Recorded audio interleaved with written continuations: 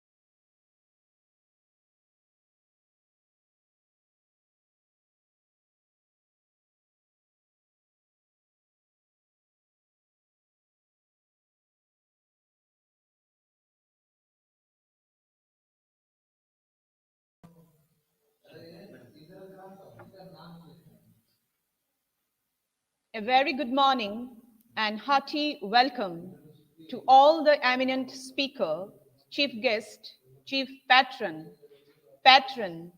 and convener, faculties, students, and also to all the participants of today's webinar, National Education Policy 2020, reflecting on the areas of school education, teacher education, and higher education.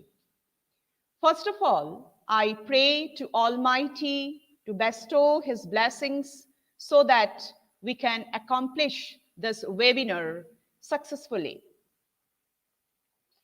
We are blessed today to have with us our chief guest, Professor Chandra Bhushan Sharma, and our honorable speakers of this webinar, Professor Dr. Rakesh Rai, and Professor and Head of this Nagaland Central University. And I also welcome our Professor Ramakanta Mahalik, who is the Regional Institute of Education, NCRT, Bhubaneswar. He is also a professor of this institute.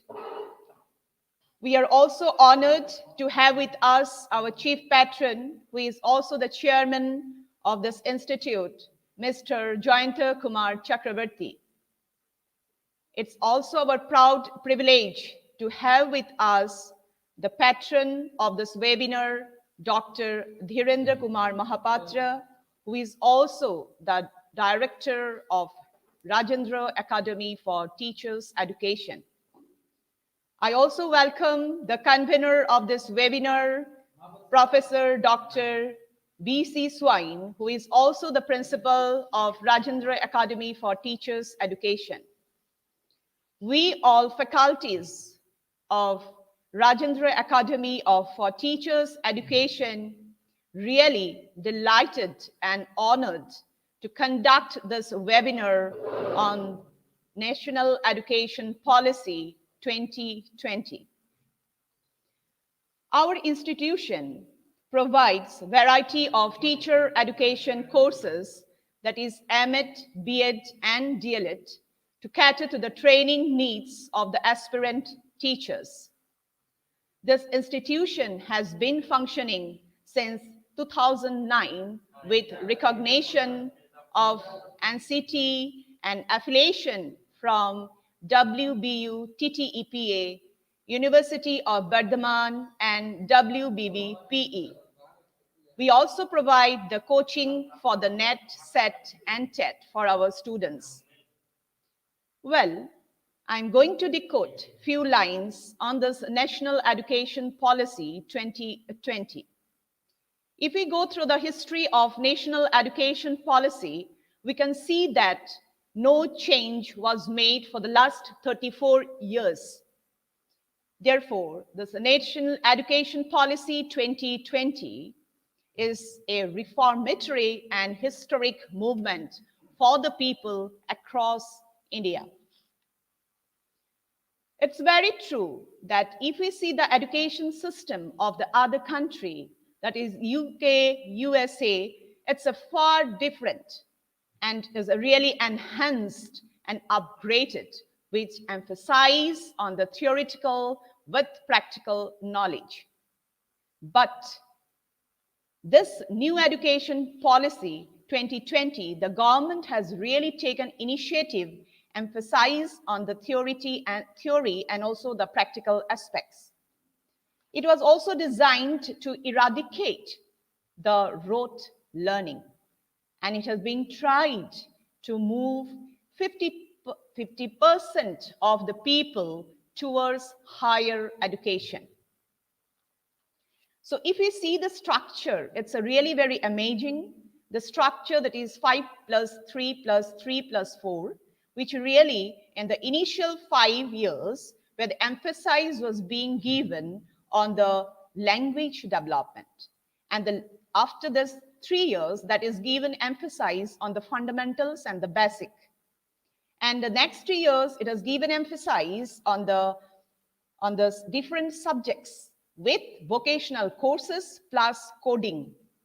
And the next 3 years, it's a cloud of all the streams, that is arts, science, commerce, humanities, with music also, where the students will get the flavor of all the subjects towards his career.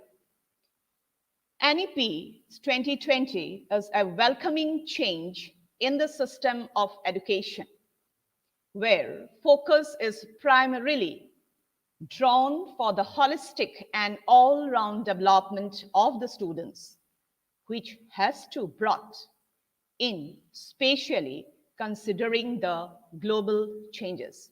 So we are really fortunate that we'll hear this inspiring speech from our speaker, which we will be enlightened today.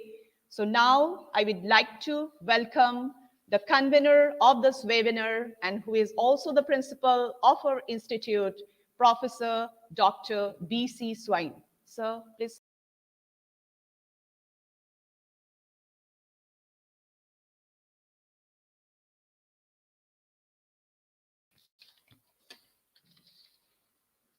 A very good morning to all of you, esteemed Chairman Sir Kumar Chakraborty, Chief Guests Professor C.V. Sharma, Professor of Education, IGNOU, Honorable Speaker Professor Rakesh Kumar Rai, Professor of Education, Nagaland Central University, Honorable Speaker Professor Ramakant Mahalik, Regional Institute Education, NCRT, Bhubaneswar, Odisha, Honorable Dr. Dhirendra Kumar Mahapatra, Academic Director, Rajendra Academy for Teachers Education, Durgapur, all the faculty member, head of the department, alumni and students, I welcome you all in the online gathering.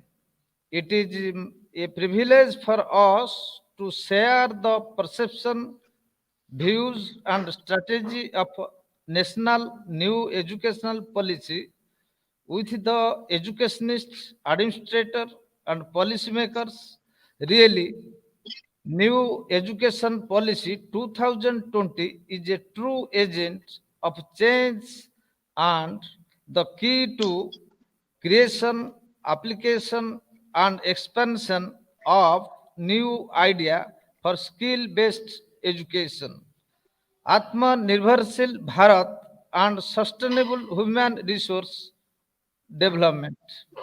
I convey my gratitude to our chairman, Sir Sri Jayant Kumar Chakraborty, for providing the institution massive opportunity to run quality teacher education course for the harmonious blending of mind, heart, and hand. Rajendra Academy has organized the webinar on National Educational Policy 2020 on reflection on school education, teacher education, and higher education. The reform of our national education policy was a long awaited decision. It has filled the students, teachers, and parents with a new hope and encouragement. It is praiseworthy that the new education policy is introduced according to the much needed 21st century standard and socio-economic changes. We all hope that it will be implemented as it is promised and India will rise as knowledge and superpower in the coming years. Through this initiative, we want to strengthen the curricular content as well as adopt new NEP for ensuring development of skill-based education for students experience with the contemporary needs. Under the new education policy 2020, we needed to focus on a new platform of the paradigm shift through the new education policy. which will enhance skill-based education along with professional exposure of school education, teacher education, and higher education as whole. I would like to extend my thanks, gratitude to all the participant students and my dear colleagues and wish all of you for the grand success for this event. Namaskar. Hi.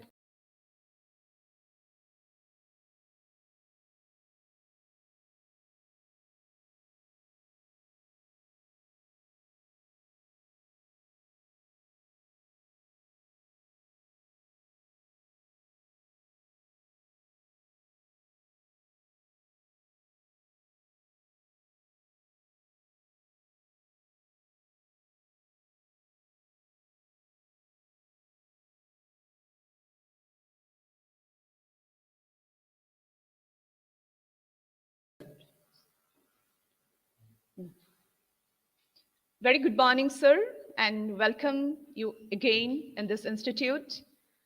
Now I may request our esteemed chief guest, Chandra Bhushan Sharma, sir, who is the professor of education at the School of Education, Indira Gandhi National Open University, New Delhi. He also served as the chairman of National Institute of Open Schooling during April 2015 to April 2020. He has completed his doctoral degree as Commonwealth Scholar from the University of Hull, UK. He has also been the director of the distance education program of the Sharma Shikha Abhiyan, DEP SSA, and MHRD IGNOU project. Really, sir, yeah, and he has also made a very remarkable contribution in the field of education. We are really honored to have you with us, sir, and we will be inspired and be enlightened by your speech, and we'll have a detailed information on national education policy on school education. Welcome you, sir. Thank you so much. Thank you so much, Madhumita. So kind of you, and I'm so privileged to have a friend like you who can give such an illustrious introduction about me. Thank you very much. I also thank Dr. B.C. Swain, the Rajendra Academy, Jayant Kumar Chakravarti ji, Dhiren Mohapatra, who have been very kind to invite me and given me this opportunity to share my views on what is National Education Policy 2020 with the larger community. Thank you very much. And I also welcome and pay my greetings to both my colleagues, Rakesh Rai and Ramakant Mohalik from Nagaland and Bhubaneswar. So thank you very much. I'll be very brief. I have addressed this platform. So I just like to mention that the National Education Policy 2020, as Dr. Swain has just now mentioned, is going to be a game changer. This policy has come after 34 years, and this policy has taken the longest time of 5 years to be prepared. We started working on it in 2015. This policy went to the cabinet in 2020, 29th July. And since then, we have already witnessed many changes. Let me start with the latest. Only day before yesterday, the cabinet has approved the new school structure. What was proposed as the 5+3+3+4, I believe in all probability it will be implemented from the 1st of April 2021, or if the government takes some more time, perhaps 1st of April 2022. But the cabinet has already approved the new structure on 10th of February. Similarly, the college structure is going to change. The college is going to be 4 years now. We had 3 years of undergraduate and 2 years of postgraduate. This has been shrunk into 4 years. 3 years will be graduation. 1 year will be post-graduation added to it. Those who want it, those who don't want it, they can take a graduation degree after 3 years and depart. One very important aspect of this whole policy is that you have multiple exit provisions As per the decision of the cabinet on 10th February, the 10th board is no more there. It has gone. There will not be any 10th board. So students will have semester exam in schools. We had annual exam and the pressure used to be tremendous. What was the complaint all these years? That the syllabus is too heavy and the exams too difficult. The students had to mug up during the year and write an exam at the end of the year. That has gone. The schools will have to follow semester system. We have experimented with semester system in other parts of the world and found it to be very, very relaxing. Once you give that opportunity to the learners to study, to master it, to write the exam and go ahead, proceed forward. Schools will have semester system, no board exams at the end of 10th year, that is a school board. We will have only one school board, and that will be after 12 years. The obvious question would be, we are making it so important, the 12th board, and we have witnessed that various school boards like the CBSE and the state boards had very different assessing standards. The CBSE marks did not match with the marks of Odisha board or Bihar board, or for that matter any other school board of the country. And this was a major problem. The policy said we will standardize this. You will be happy to know that on 14th of October, the government has already passed a new structure by the name of Parak. Parak will be the body which will standardize different boards. So there will be standardization amongst board. A 70% of Odisha board will be equivalent to 70% of CBSE. At the moment, it is not. We find that Tamil Nadu board gives very less mark. CBSE gives 99-100%. And that was a big problem for universities to admit students. Ideally, the board exam results should be taken as sacrosanct, as true. But then, because different boards had different standards, we had to have a national testing agency. It is said that for admission to higher education, children will have to write an NTA test, a test of the National Testing Agency, which will be one test for admission to higher education. We'll have to wait to see that. However, my personal view would be that we must make our board exam so sacrosanct that higher education institutions accept that. Now look at higher education. I know your seminar is about school education, but this has an implication on the schools. Your children want to go to higher education, and there they spend 5 years. 5 years is a long time. And 2 years were only for becoming a lecturer or teacher. Now this has been made into 4 years. After 1 year, if you exit the higher education, you will get a certificate. After 2 years, if the child exits, one will get a diploma. And if one continues for 3 years and completes 3 years of study, one will get a degree. 1 extra year, one can exit after a degree, go and work for some years, come back and take a master's degree, and then become a teacher. Say you wanted to become an economist. You studied economics, so you graduated after 3 years. You will go and become a, say, reporter in a media on economic affairs, or in a firm, but you didn't like that job. You will come back, you will do 1 year of master's and become a lecturer. Similarly, we had 2 research degrees, the MPhil and the PhD. Practically, if you see, we have done that survey. The students used to take the same topic for MPhil as well as PhD. So what was the use of it? This PhD may be longer, the coursework will be compulsory, but then one will do a good research for substantial period and get a degree. So there will be changes. In school education, again, I will like to mention that we had very rigid system. If you take physics, chemistry, you had to take mathematics or biology. You could not take physics with economics and, say, carpentry or agriculture. Now that watertight compartment of science, arts, commerce has withered. You can take any combination.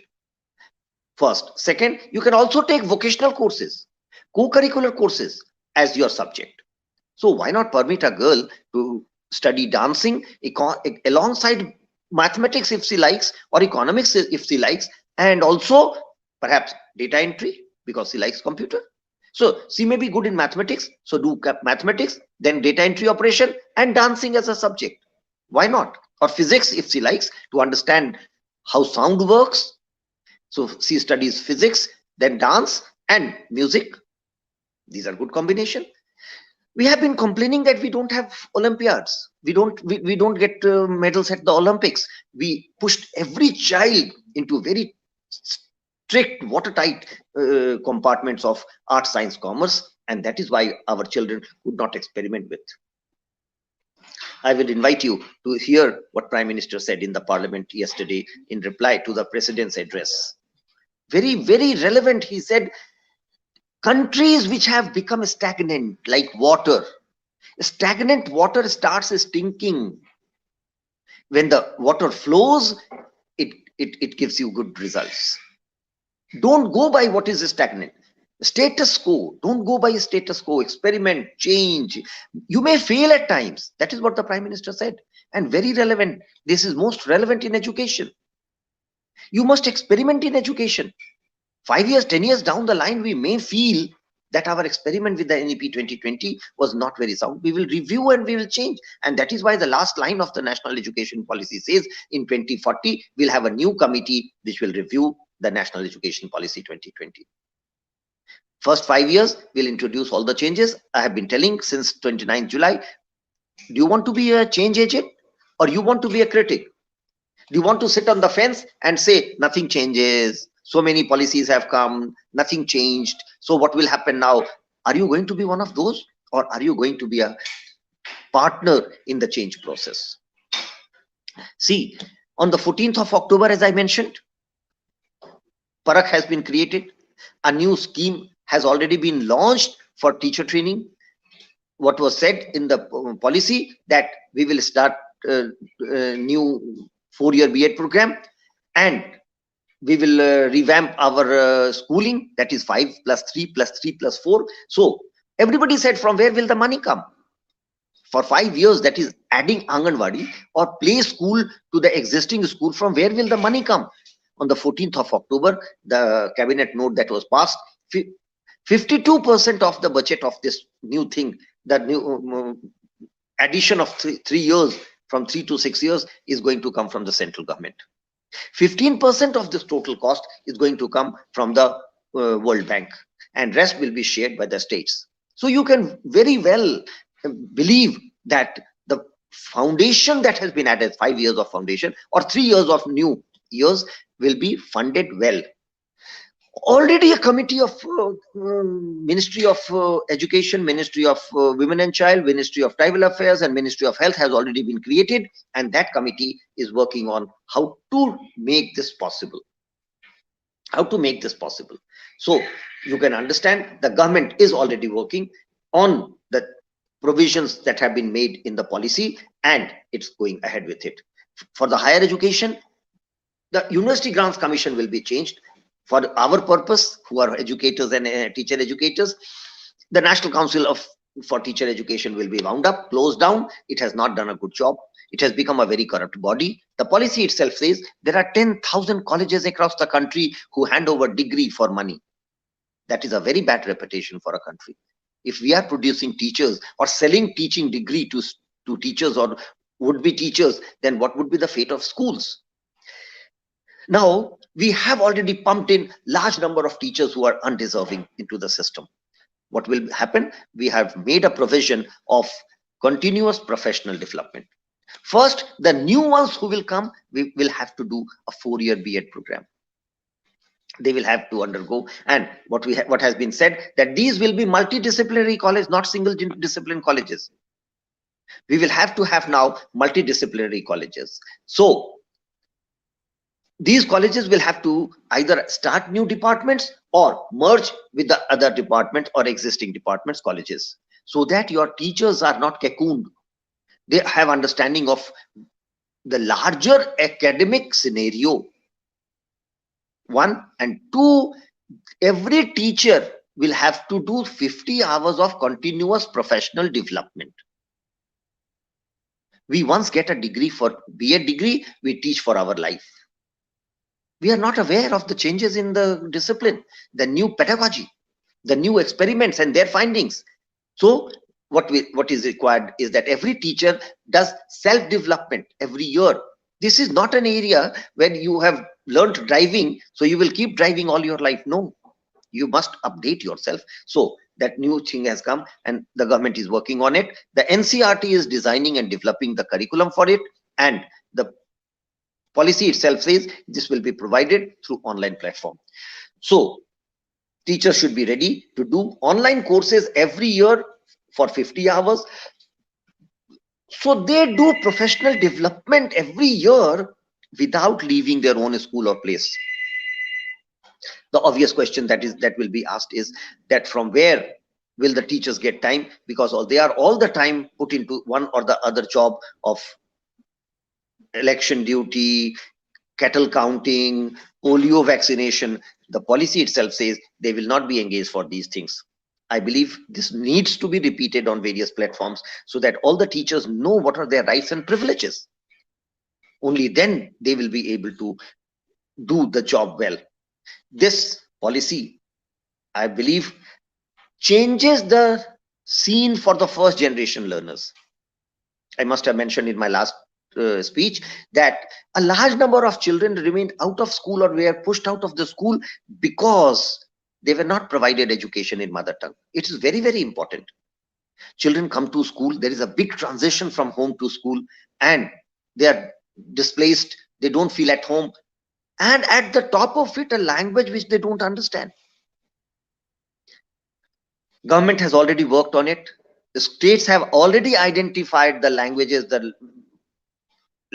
beyond the 8th schedule language, and work has started on it. I won't be surprised if 1st of April 2021, the lower primary children, the foundation stage children, are handed over books in their mother tongue in more than 100 languages. Every state has identified the lesser known or the native languages in which mother tongue education should be provided. If not on 1st April 2021, definitely on 1st April 2022, all these languages which are not at the moment medium of instruction in a school will be used as medium of instruction, at least for the lower primary, that is 5 years of foundation stage. So this will have an impact on those who come from the poor families, who are less privileged. They don't know the regional language or the major languages.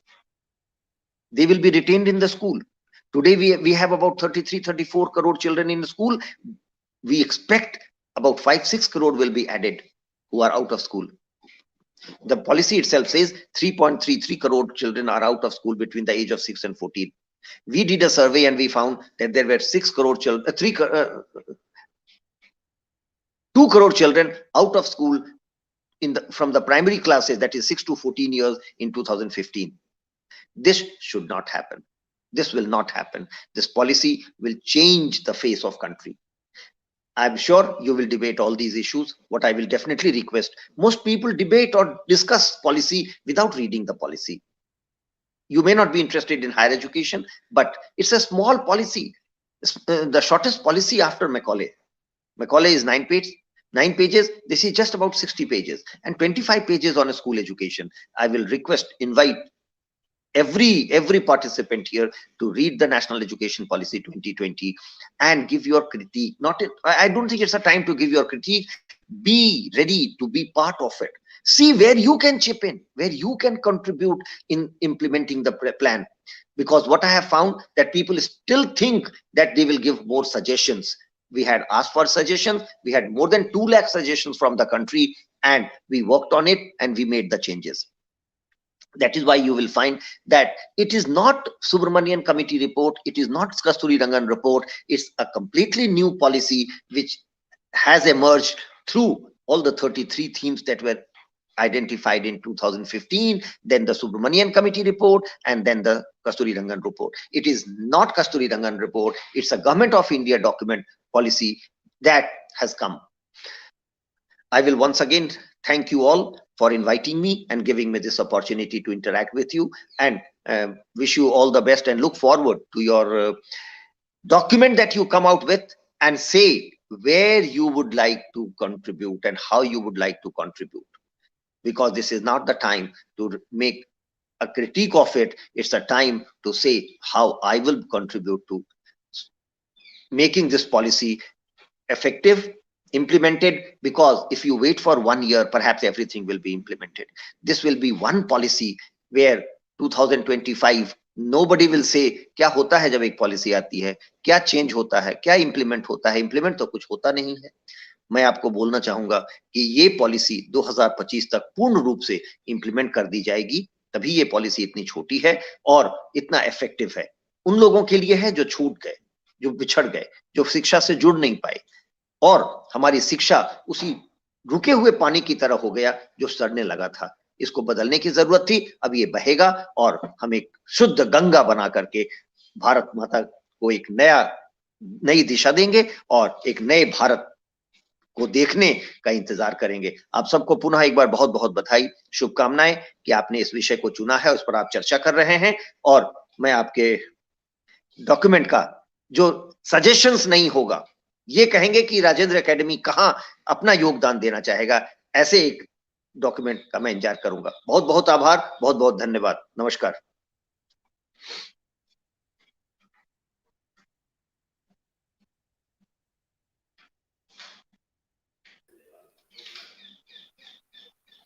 Lots of thanks, sir, for your this informative and detailed informations about NEP. So, small question, can I ask you? If you Yeah, permit? please go ahead. Actually, there is a controversial issues about the mother tongue. Yes, mother tongue in the this preparatory stage. I think this mother tongue in parity with the English language. Is it, sir? No. If a child wants to study in English language, he or she will get the opportunity to study in English. If a child wants to study in a standard Odia, one will get the opportunity to study in standard Odia.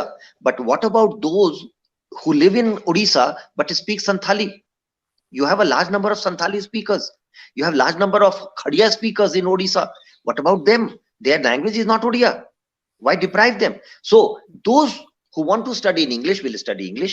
Those who want to study in Odia, standard Odia, will study standard Odia. But those who want to study Khadiya, Ho, Mundari, Santhali, and these are languages from Odisha, they will be allowed to study Madhumita in their own mother tongue. Okay, sir. And what is the spatial emphasis given on this coding, sir? Because this coding, will the spatial teachers will be appointed for the coding? It has already been passed yesterday. Let me share again with you. It has already been passed from 1st of April. Coding has become a subject for class 6 onwards, and there will be a teacher appointed for these. The teacher may not be full-time in a school, that may be shared, and that is why you have the concept of a school cluster. So in a cluster of 5-6 schools, you will have one teacher who will be visiting schools and teaching this. So don't think that every school will have to appoint a teacher. We may not have teacher available for that one, and we may not be able to engage that teacher full time. So that is why the concept of school cluster has been brought in, so that schools share amongst them. Okay, sir. Many thanks. Thank you so much, Madhumita. Thank you for inviting, and all the best. I have another meeting, so I will log out. Okay, sir. Thank you, sir. Thank you. Last, I offer my thanks to all the participants and the webinar and watching this webinar. Thank you to all of you.